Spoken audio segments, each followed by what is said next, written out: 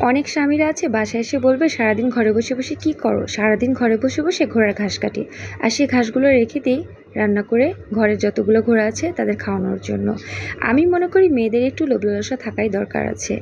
অনেক মেয়েরা আছে স্বামীর কাছে দেখবেন দামি দামি জিনিস উপহার হিসেবে চায়, গাড়ি বাড়ি গহনা ইত্যাদি। দিন শেষে দেখবেন তারাই ভালো থাকে। আর যেসব মেয়েরা সামান্য একটু ভালোবাসা চায় স্বামীর কাছে, সেইটুকু ভালোবাসা দিতে গেলেই তাদের কষ্ট হয়ে যায়।